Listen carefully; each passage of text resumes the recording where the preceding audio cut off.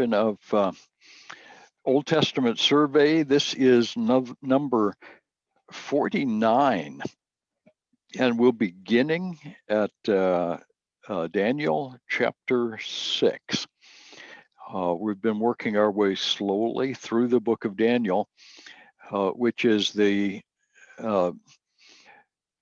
foundation for most of the basic concepts of biblical eschatology, or the doctrine of last things.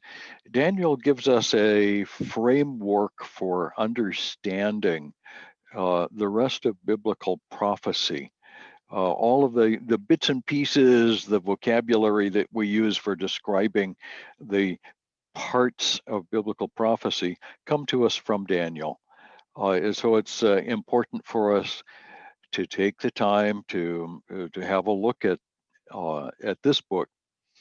The other book that goes very closely with Daniel is the book of Revelation in the New Testament.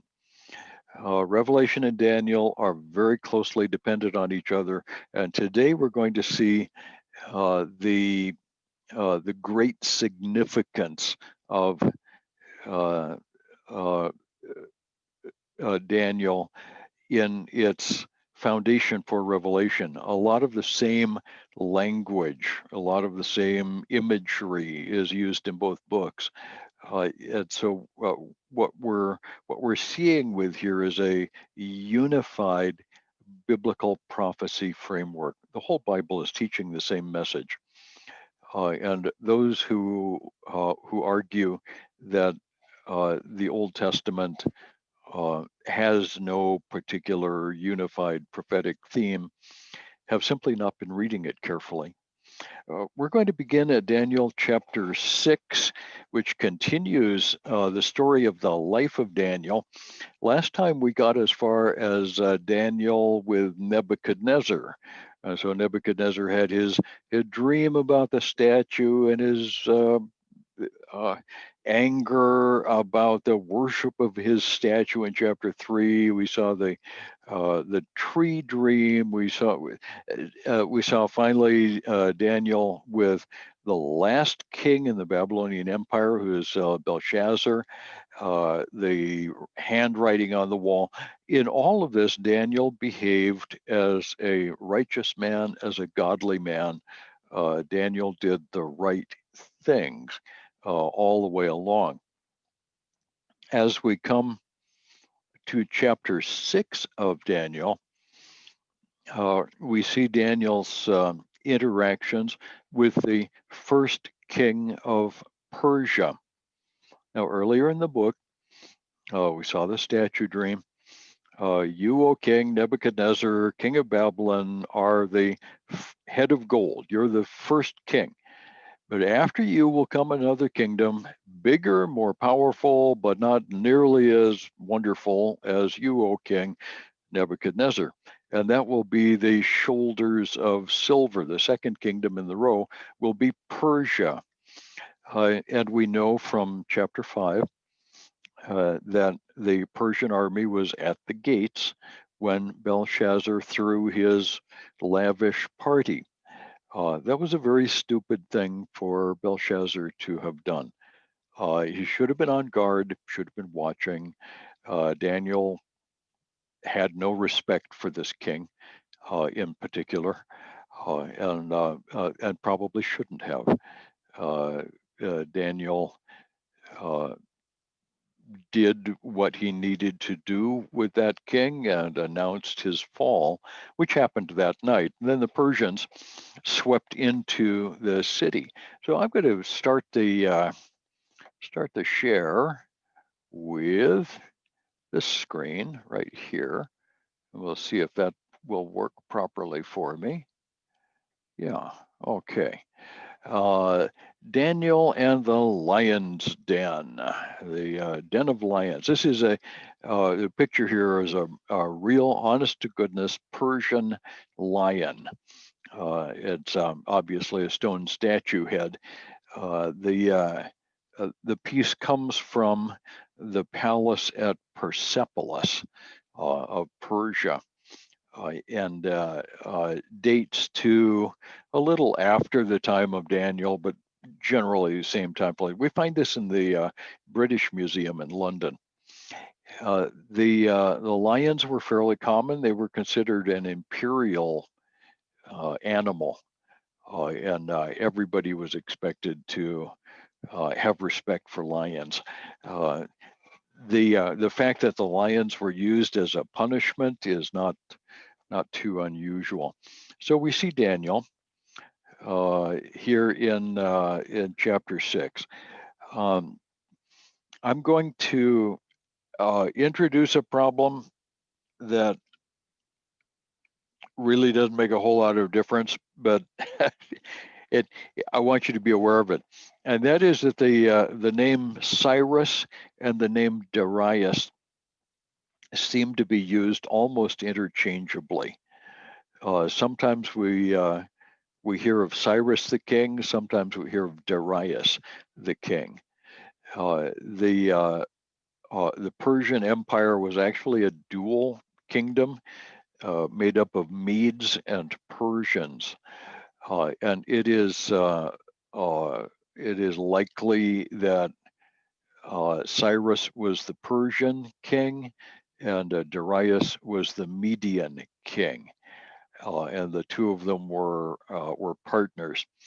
The other possibility is that Cyrus is the king's proper name, and Darius is the title, like Czar or Pharaoh.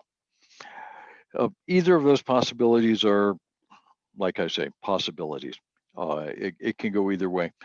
And I prefer to speak of the king as simply Cyrus, but there may be another character here, Darius, and the Bible uses Darius here. It pleased Darius to set over the kingdom 120 satraps. Now, it doesn't matter what the word satrap means. It's a kind of a government bureaucrat, a governor of some sort, and over them 3 high officials, of whom Daniel was one. So the hierarchy has Darius or Cyrus at the top of the heap, and then a council of 3, and then under them 120 satraps. And then under the 120 satraps, all of the hundreds of thousands of bureaucrats who actually would run the Persian government. Obviously the 120 are very powerful men, and the 3 who are over them are even more powerful. So Daniel is one of the 3 to whom the satraps are expected to give an account, so that the king might suffer no loss.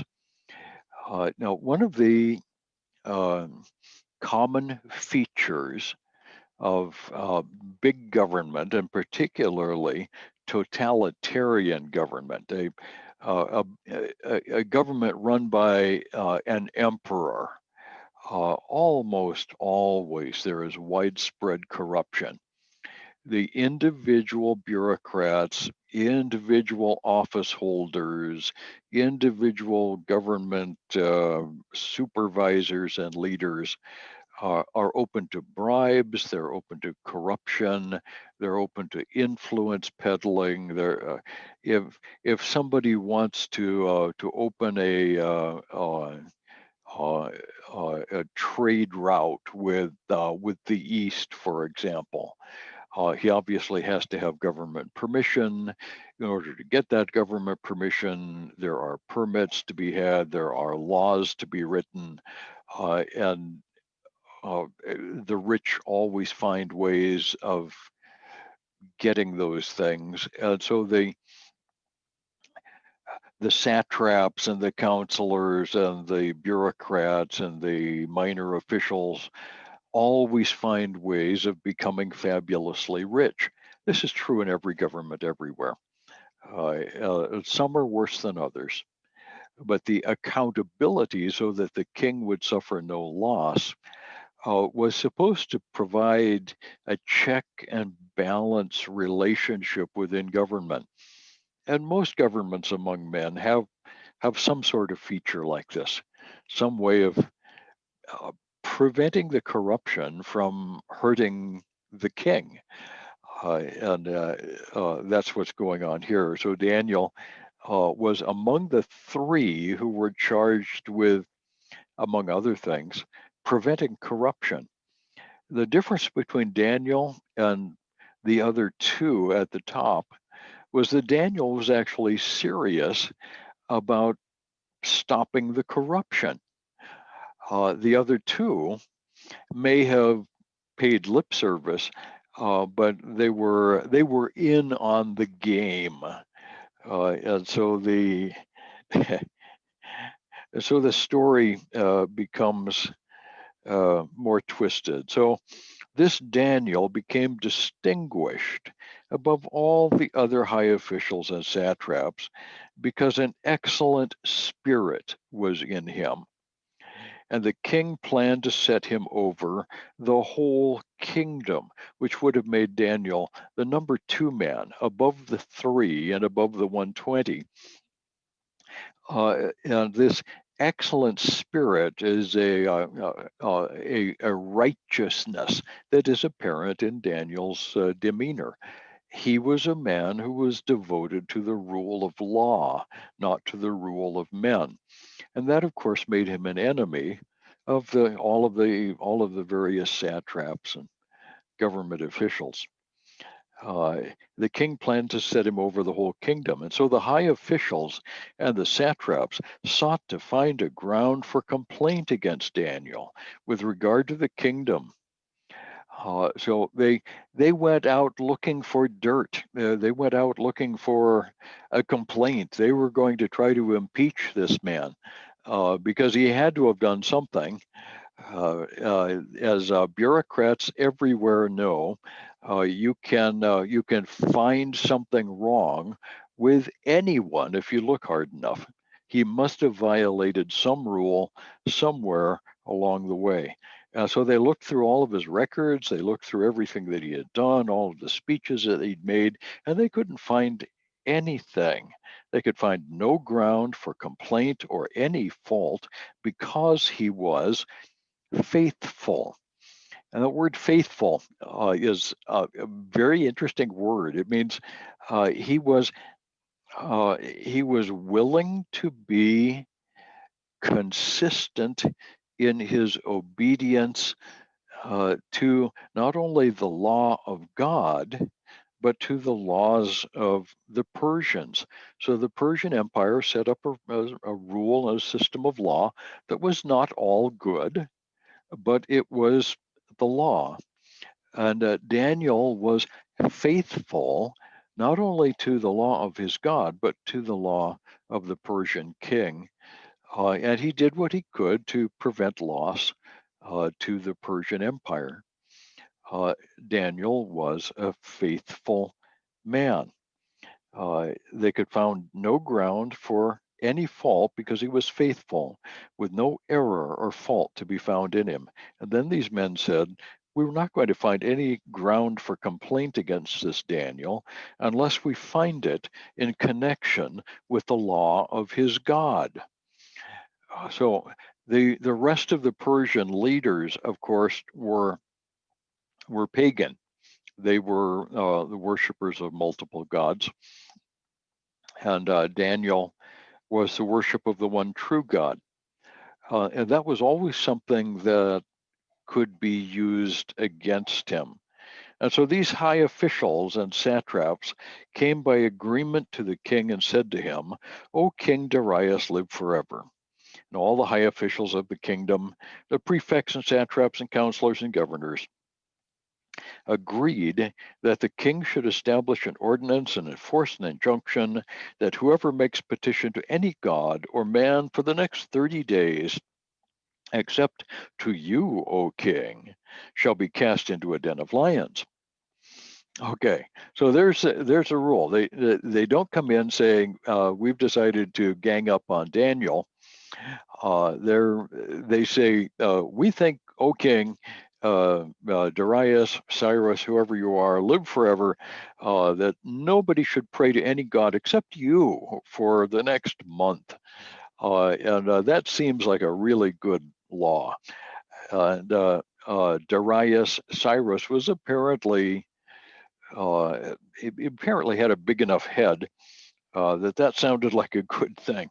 So they said, "O king, establish the injunction and sign the document so it can't be changed according to the laws of the Medes and Persians, which cannot be revoked."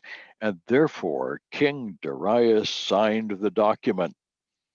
When Daniel knew that the document had been signed, which his people would have told him right away, he went to his house where he had windows in the upper chamber open toward Jerusalem, got down on his knees 3 times a day, and prayed and gave thanks before his God as he had done previously. Daniel didn't change his practice. It was well known that Daniel got on his knees 3 times a day and prayed toward Jerusalem. He was praying for the day that the people of Israel would be released from their exile and sent home to Jerusalem. Now, that, of course, is going to happen here fairly soon. So there he is. He's praying. And so these men came by agreement. The conspirators got together. They found Daniel making petition and plea before his God. They came near and said before the king concerning the injunction, "O king, didn't you sign the injunction? Anybody who prays to anybody except you for the next 30 days shall be cast into a den of lions." And the king answered and said, "Well, the thing stands fast according to the law of the Medes and Persians." And so they answered and said, "Daniel, one of the exiles, pays no attention to you, O king, or the injunction you've signed, but makes his petition 3 times a day." Okay, what Daniel was doing there was a technical violation of Darius' law. Daniel had decided, and he had decided this quite deliberately, that his faithfulness to God took precedence over his faithfulness to the irrational laws of the king. Daniel was able to support the king when his laws were virtually anything else. And he was always willing to be a helpful servant. But when it came to violating the law of his God, he refused to do it. So the king heard, and he was distressed. And he set his mind to deliver Daniel. He labored till the sun went down. The men came and said, "This is the law. You've got no choice but to enforce the law." So the king commanded. Daniel was brought and cast into a den of lions. The king declared to Daniel, "May your God, whom you serve continually, deliver you." A stone was brought and laid on the mouth of the den, and the king sealed it with his own signet. Then the king went to his palace and spent the night fasting. No diversions were brought to him, and sleep fled. Then at the break of day, the king rose and went in haste to the den of lions. And as he came near the den where Daniel was, he cried out, "O Daniel, servant of the living God, has your God, whom you serve continually, been able to deliver you from the lions?" And Daniel replied, "O king, live forever. My God sent his angel and shut the lions' mouths, and they have not harmed me." So the principle here is not particularly universal. I think it's often difficult to know when to obey a government edict and when not. Uh, Most of the time, most of us in most places in the world should do our best to live at peace with our own government. Uh, if we choose to disobey because of actual violation of God's commandments, then we should be ready to pay the consequences. Daniel didn't argue against being thrown into the den of lions. He knew that that was the consequence, and he chose to obey God rather than man. This is never a decision that any of us should take lightly. When it comes time to make a decision like that, there should be prayer and fasting. There should be serious conversation had with people who know. This is always a very, very difficult thing. And so, in most of the world right now, Christians in most of the world are being told right now that we can't meet together as we normally do because of the COVID-19 regulations. Most of the pastors I know in most of America and in many other parts of the world are trying to live within the spirit of the rules. We all try, even though it means that our churches are suffering. And I believe that's the right thing to do. There may come a time for some of us when we'll have to resist the rules. I hope it doesn't come to that. That is always a possibility. Daniel was told he can no longer pray. He didn't have an option, actually. He had to do what God called him to do, and that was to continue praying. And God chose to deliver him, which is that's a good thing. O king, I've done no harm. And so the king was exceedingly glad. He commanded that Daniel be taken out of the den. Daniel was taken out of the den, and there was no harm found on him because he had trusted in his God. And the king commanded, and those men who had maliciously accused Daniel were brought and cast into the den of lions, they and their children and their wives, which is a terrible thing. And before they reached the bottom of the den, the lions overpowered them and broke all their bones in pieces. And Darius wrote to all the peoples, languages, nations, peace be multiplied to you. I make a decree that all my royal dominion people are to tremble in fear before the God of Daniel, for he is a living God, enduring forever. His kingdom shall never be destroyed. Okay, so Daniel prospered during the reign of Darius, even Cyrus the Persian. And Daniel prospered because of his faithfulness and in spite of the animosity of his fellow government workers, the other satraps who, in the end, got theirs. This is in some ways, this is a story of triumph on Daniel's part.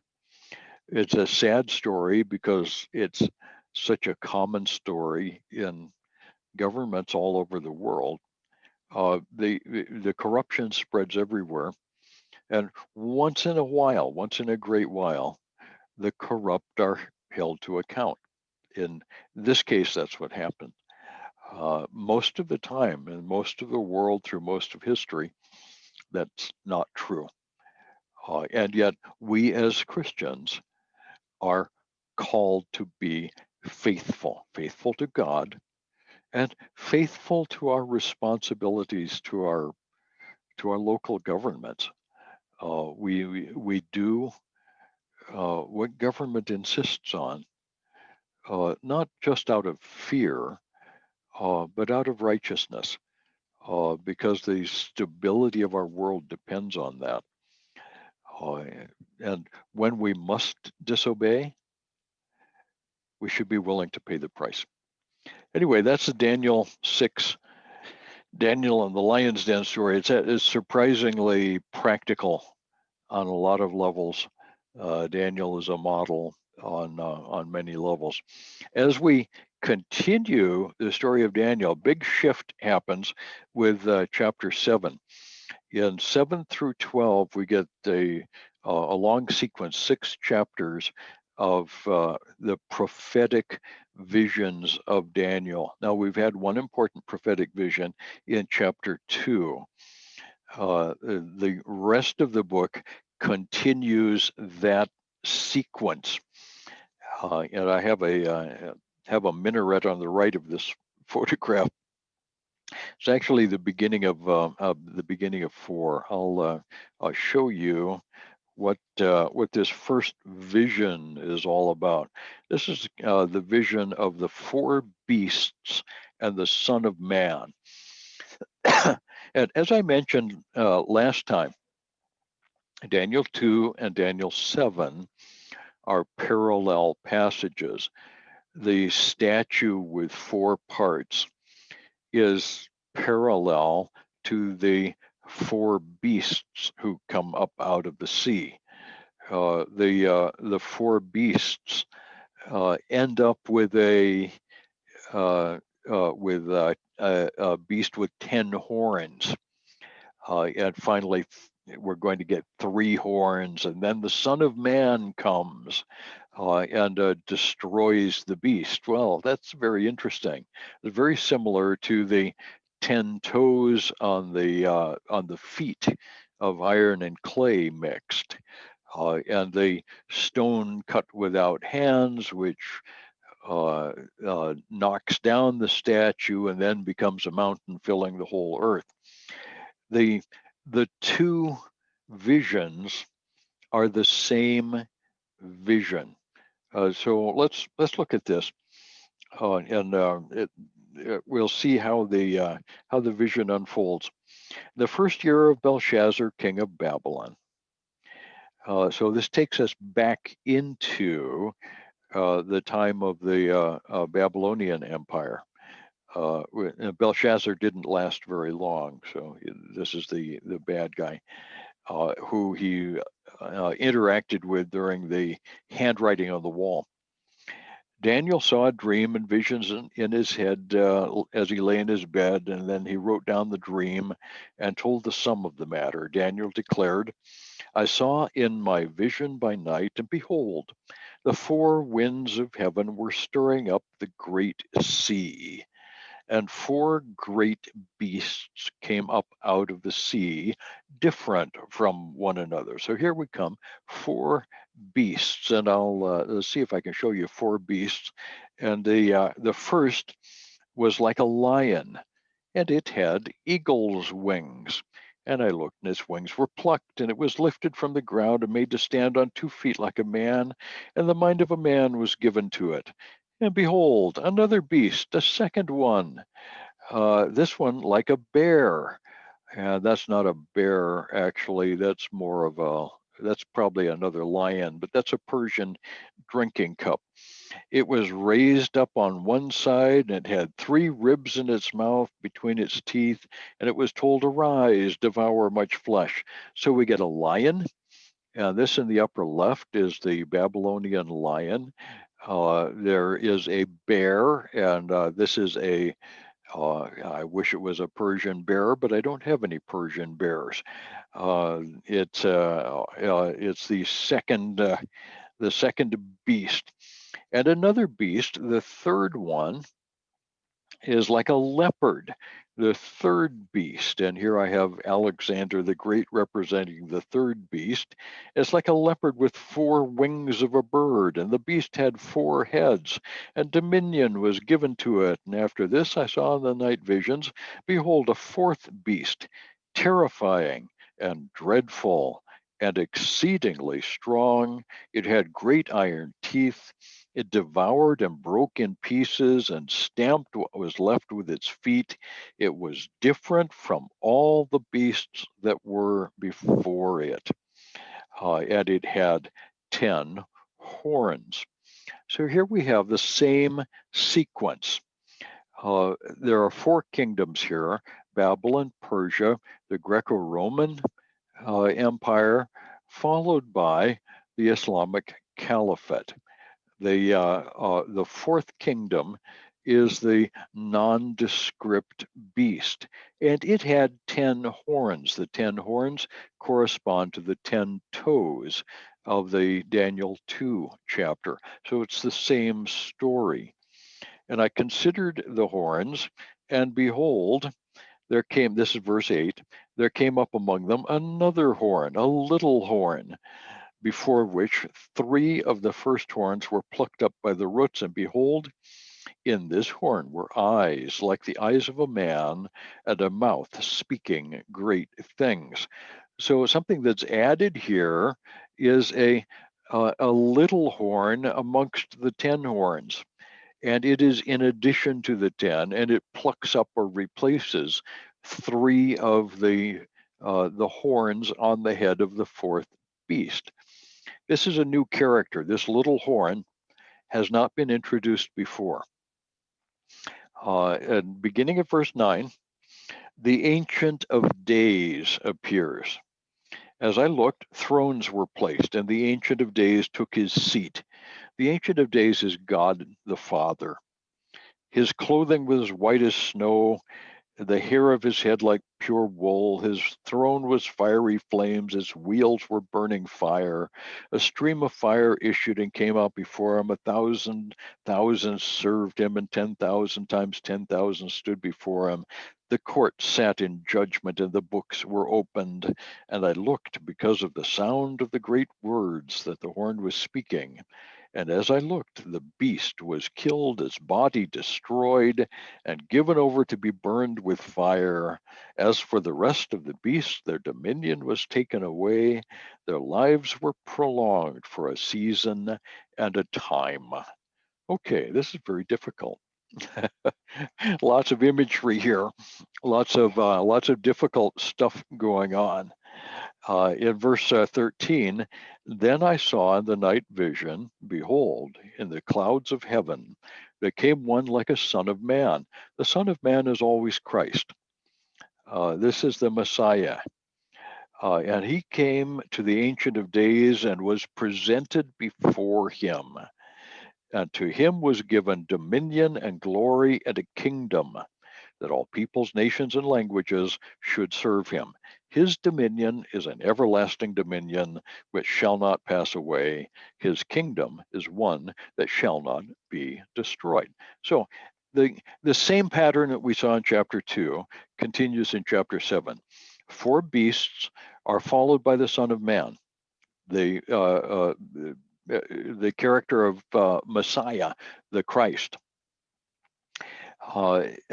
Prior to the revelation of the Son of Man, there's a revelation of this little horn, a boastful, arrogant character who usurps the position of 3 of the 10 horns. Very strange character. In the New Testament, we get the word Antichrist for this little horn. And he is revealed before the second coming of Christ. When Christ comes, he doesn't come in this passage to atone for sin. That's apparently long since done. He is presented to God as the triumphant one. And he goes on to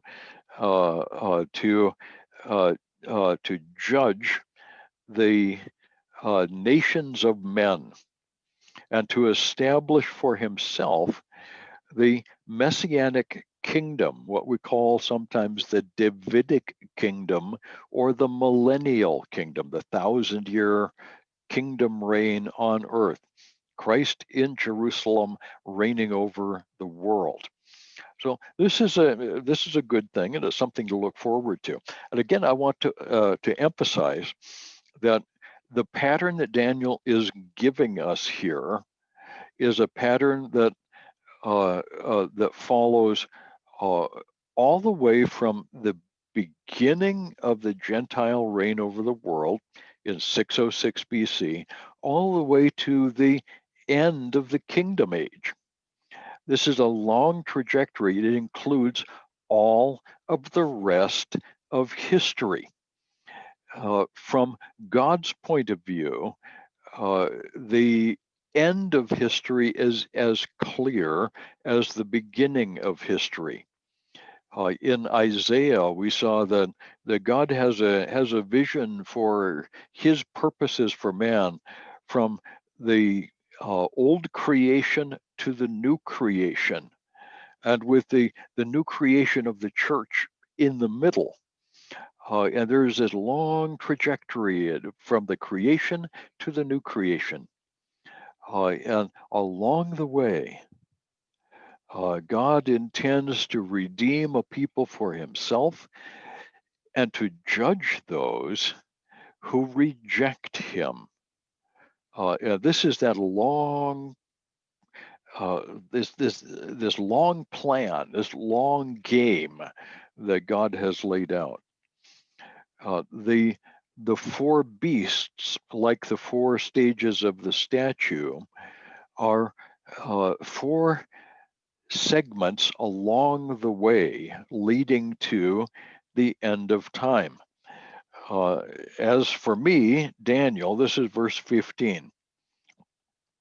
One of the most important principles in understanding the prophetic literature is to look for the interpretation within the passage. It's almost always there.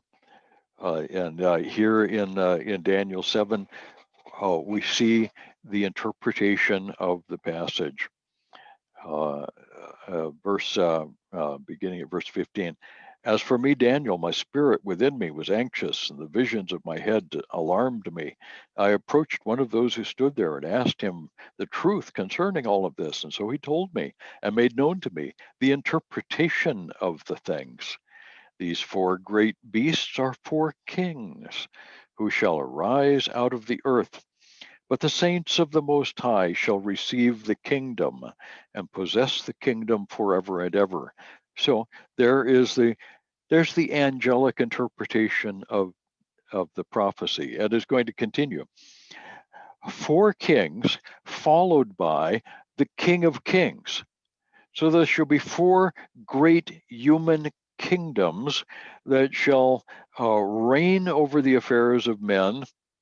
And this shall be followed by the King of Kings, who will establish a kingdom forever. So, four and only four great kingdoms prior to the second coming of Christ to initiate the kingdom. And these should be exclusive. We shouldn't look for four kingdoms going down to the first coming of Christ and then another 24 kingdoms from there until the second coming.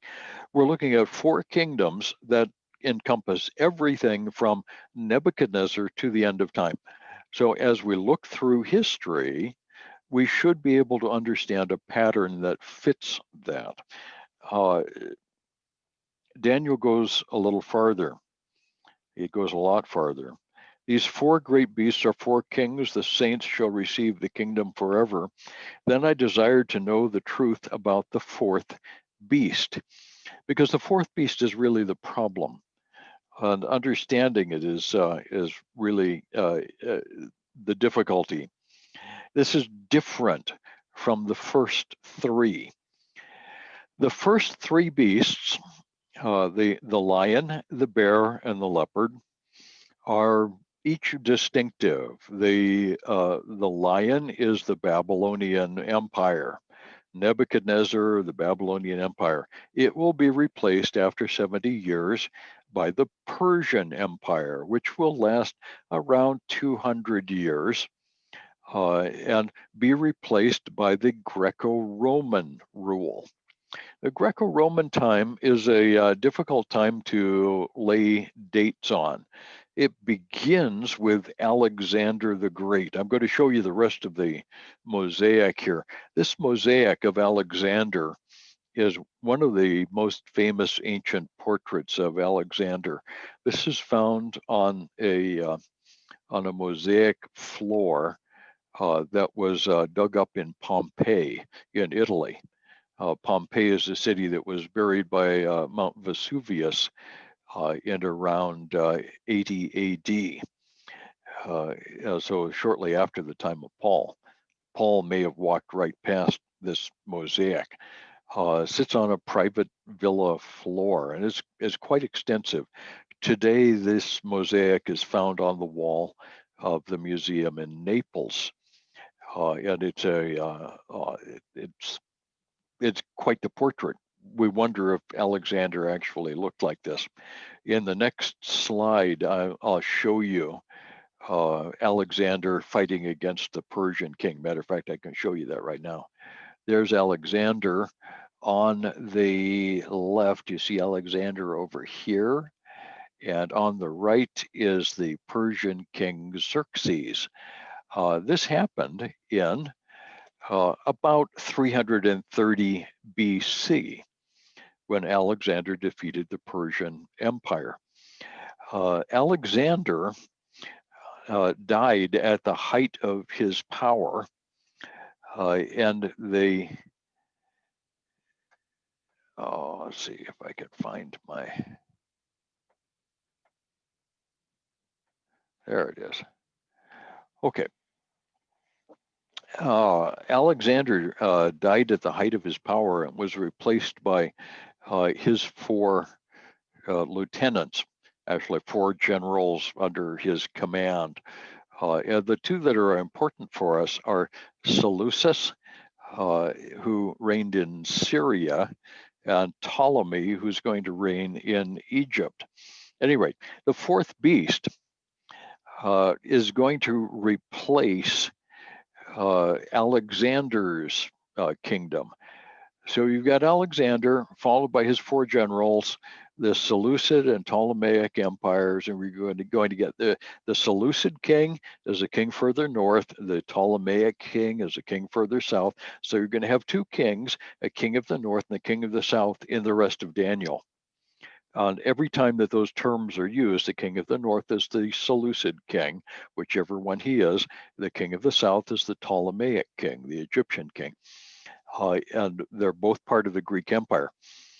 The Greek world was never really an empire. It was never really united. The uniting of the Greek world took place at the hands of the Romans. The Romans around 400 BC or so crawled out of their Etruscan history and became a power in the Italian boot. And they began expanding and doing their thing. By 300 or so BC, they were fairly important all over Italy. By about 200 BC, they began making alliances with a wide variety of the Greek city-states. And so places like Paestum in the south of Italy were used as ports by the Romans. The Romans fought very few battles with any of the Greek cities. There were some. The Romans were definitely mean, and they intended to win all of their battles. And so occasionally they did fight a battle with the Greeks. Most of the big battles that the Romans fought were in the west. And along the Rhine and Danube lines in the north, and in the nations of North Africa, particularly the Phoenician kingdom of Carthage in North Africa had to be defeated. And by the end of the Old Testament period, by the time of Christ, the Romans had conquered all of the Mediterranean world, from Spain and Britain in the west, all the way to the borders of Mesopotamia. The Romans never quite conquered Babylon, but they extended their power to the borders of what would continue to be called the Persian Empire. The Persians never stopped existing. They were always there, in the same way that the Greeks never stopped existing. But the Romans took over the Greek Empire. The Romans, for the most part, spoke Greek and read Greek philosophy and built Greek buildings. The Roman temples were just Greek temples writ large. Roman polytheism was just Greek polytheism with Latin names. The Romans genuinely appreciated their Greek roots. So I think of the Greeks and the Romans as a single Western civilization foundation, the Greco-Roman rule. Now we know that the Roman rule in the West began to break down with the Eastern European and Germanic barbarian invasions in the 3rd and 4th centuries AD.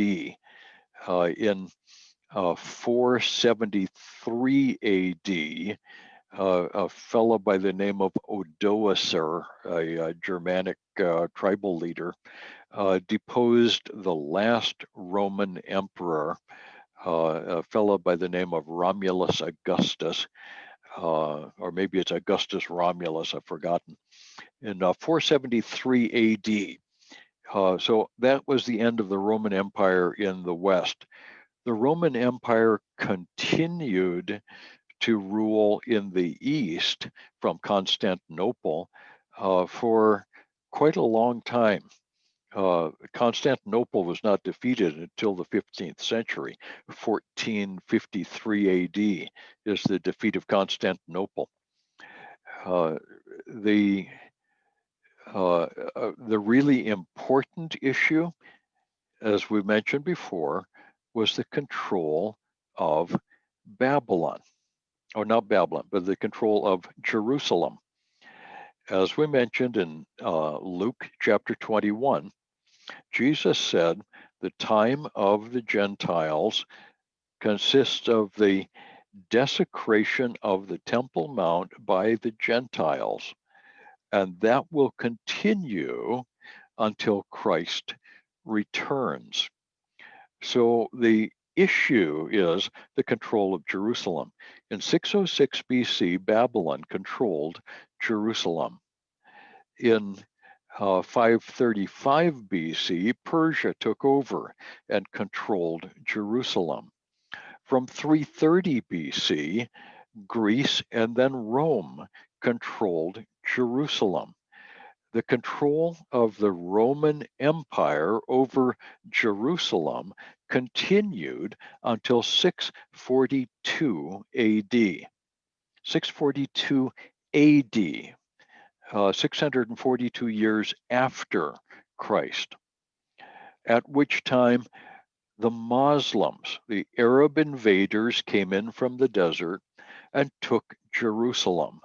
At that point, Muslim control of Jerusalem, and in particular, the Temple Mount, began.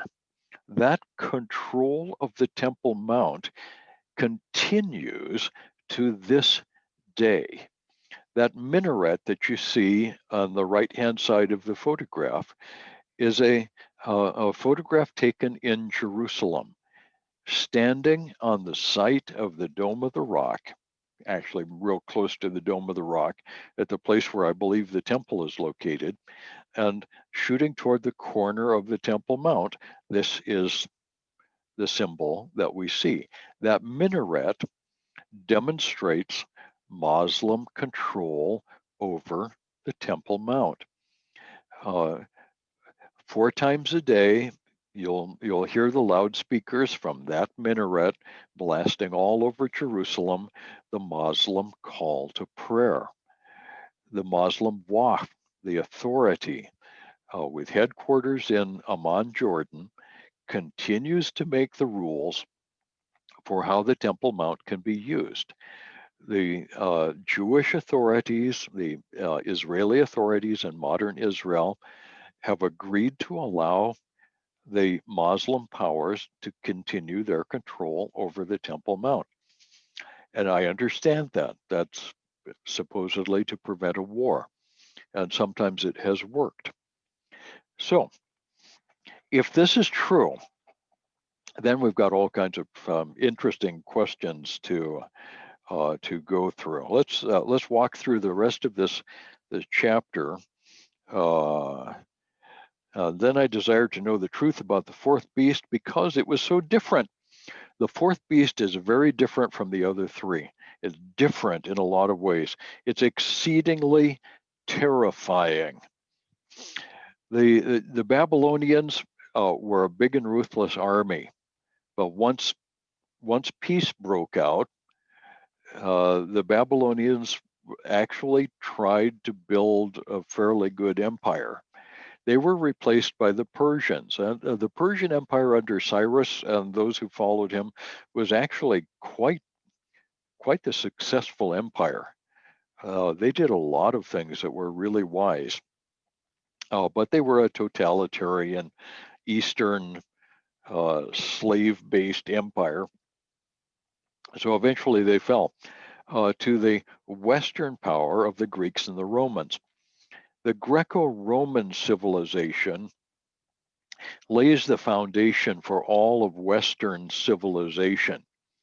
Our modern Western ideas of democracy and the Republican representation of the rule of law rather than men, of human freedom and dignity and personal independence, of all of these ideas that are more or less the foundation of Western civilization are Greco-Roman ideas. And uh, those ideas laid the foundations for what would become Western Europe and the New World. When the voyages of discovery went into all of the rest of the world, when Magellan came to the Philippines, for example, or when Columbus came to the Americas, they brought with them Greco-Roman ideals of human freedom and dignity, not always properly set in place, but those were the ideals. In the East, the Arab nations operated on an entirely different set of principles. And eventually that led to the rise of Muhammad, 622 AD. Muhammad and the Hegira. He set up a religious idea called Islam, and he taught that in order to control the vast majority of the world's population, it was going to be necessary to use methods of terror. Muhammad introduced the concept of terrorism, and we're told that the fourth beast is terrifying. With its teeth of iron and claws of bronze, it devoured and broke into pieces and stamped what was left with its feet. The Arab invasions in the 640s took over all of Arabia, went to the north and west into what is today Israel, conquered that territory, came up against the Byzantine power in Asia Minor. It went from there south into North Africa, conquered all of North Africa. It fought against what was left of the Persian Empire. By the early 700s, the Persians had become Muslim. At the same time, in the West, the North African tribal groups, who we call the Berbers, or the Tuaregs, or other names, had crossed into Spain and established Islamic control over Spain. By the early 700s AD, the entire Mediterranean world had been brought under the control of Muslim powers. And Islam was decreed to be the only ruling principle. This led to the destruction of the Western civilization of North Africa, of Spain, of Syria, of Persia, of Arabia, the entire Mediterranean world. It led to what we sometimes call the Middle Ages or the Dark Ages in Europe, a time when Europe had to um, find a way to coexist with the Muslim world. And it did this by changing focus toward the north and toward the west. Uh, Charlemagne, Charles the Great, uh, invented the Holy Roman Empire in the north, in Germany, to tie together a Europe that could focus on international relationships to the north and to the west, and try to do without the Mediterranean. Along the Mediterranean coast, uh, we find to this day something of a wasteland. Many places along this, particularly the southern tier of the Mediterranean coast, all along North Africa and the coasts of France, of Spain, of Greece, were almost uninhabitable for the better part of 1,000 years because of piracy in the Mediterranean. The voyages of discovery in the 15th century, when Columbus went west in order to get to the East Indies, he did that in order to avoid having to fight his way through Muslim-controlled land. He was looking for a sea route to India in order to get spices, because those routes were closed by the Muslims. Terrifying, destructive, breaking. The 10 horns that were on his head, and the little horn with eyes and mouth that seemed greater than his companions. This horn, this little horn on the head of the fourth beast, is the Antichrist. The Antichrist apparently comes out of a Muslim foundation. I'm not convinced that the Antichrist is a devout Muslim, but I think he comes out of a Muslim culture. And his reign will come out of a 10-horn reign, 10 kings. And we don't know what those 10 nations are at the time of the end.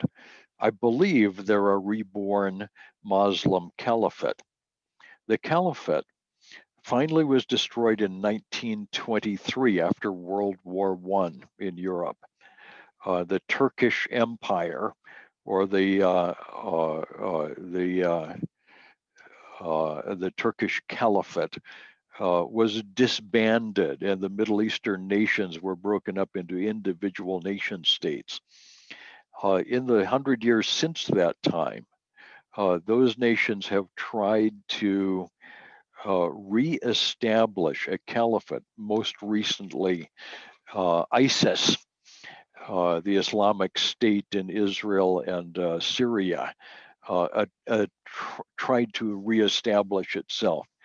The Persians of modern Iran are attempting to reestablish a caliphate. Erdogan of Turkey is attempting to reestablish the Turkish Empire and a caliphate.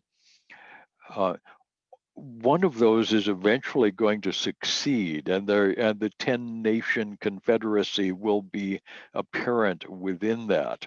3 will be humiliated and replaced by 1 who will be the Antichrist. So this story goes on. This horn, verse 21, made war with the saints and prevailed over them. The saints will be the godly people of the end time, the 144,000 Jews and the remnant of Israel, along with a great multitude of Gentiles who will follow them. And the Ancient of Days came in verse 22. And judgment was given for the saints of the Most High, and the time came when the saints possessed the kingdom. This is the second coming of Christ. Christ now, in the person of the Ancient of Days, has come to do the kingdom. And he said, as for the fourth beast, there shall be a fourth kingdom on the earth, different from all the others. It shall devour the whole earth and trample it down and break it in pieces. The 10 horns are 10 kings, and another shall arise after them. He shall be different from the former ones. He shall put down 3 kings. He shall speak words against the Most High. So he is an anti-God, anti-Christ character. He shall wear out the saints of the Most High and shall think to change the times and the laws. So the religious seasons and religious festivals of the Jews will be changed. Anti-Semitism. They shall be given into his hand for a time, times, and half a time. 3.5 times, or as we'll see in chapter 9, 3.5 years, half of the tribulation period. But the court shall sit in judgment, his dominion shall be taken away, to be consumed and destroyed to the end. And the kingdom and the dominion and the greatness of the kingdoms under the whole of heaven shall be given to the people of the saints of the Most High. His kingdom shall be everlasting, and all dominions shall serve and obey him.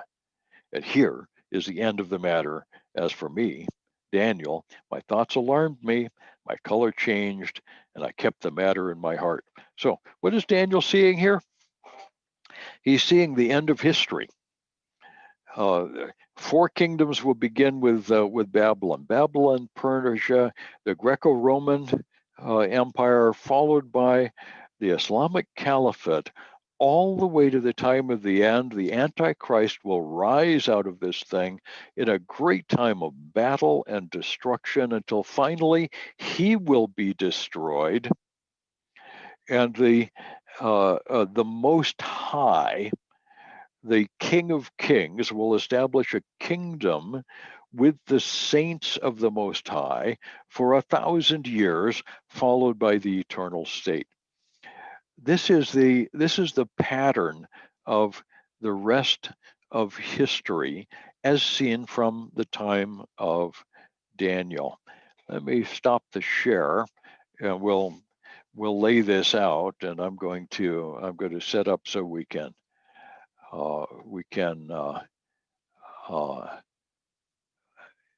unmute. I can ask everybody that would like to unmute.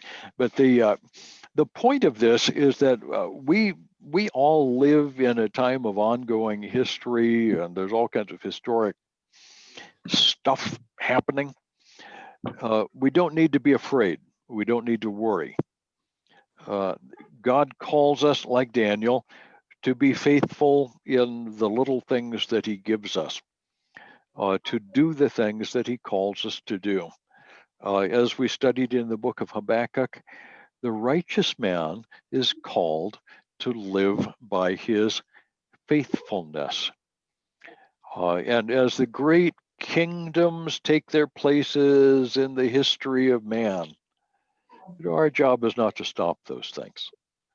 We're to be faithful to God, to be as faithful as we can be to the human kingdoms that God gives us to serve.